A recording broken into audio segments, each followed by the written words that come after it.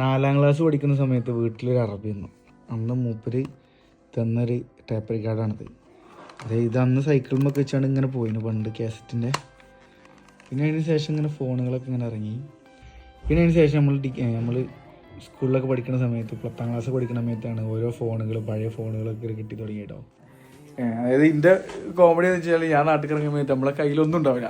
എന്നിട്ട് ഓരോ സുഹൃത്തുക്കളോട് എൻ്റെ കയ്യിലാകെ സിം ഉണ്ടാവും. അന്ന് എസ് എൽ സി ബുക്ക് നമുക്ക് കിട്ടിയ സമയത്ത് നേരെ എന്ത് ചെയ്യും, സിം കാർഡുകൾ പോയി എടുക്കുക. ആ നമ്പറൊന്നും ഓർമ്മനല്ല.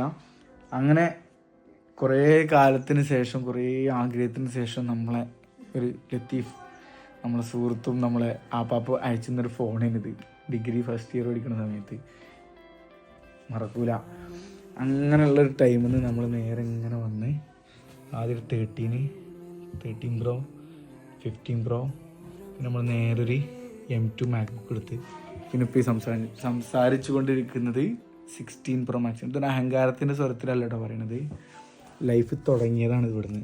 അതായത് ഈ ടാപ്പ് റെക്കോർഡ് പിന്നെ ഇങ്ങനെ ഇതിമെന്ന്. അതായത് ഒരുപാട് ആളുകൾ കളിയാക്കിയിരുന്നു, എടാ എൻ്റെ ഫോൺ തരുമോ, എന്നിട്ട് എൻ്റെ സിം അതിലിടും, എന്നിട്ട് അതിൽ 100 MB 200 MB ഉണ്ടാവും. എന്നിട്ട് ഫേസ്ബുക്ക് നിംബസൊക്കെ യൂസ് ചെയ്തിരും. കാലത്തിന് നമ്മളിങ്ങനെ എത്തിയതല്ല, എത്തിച്ചതാണ്. അപ്പോൾ എല്ലാവർക്കും എത്താൻ കഴിയും. ഇങ്ങനെയൊക്കെ എല്ലാവരും ട്രൈ ചെയ്യുക.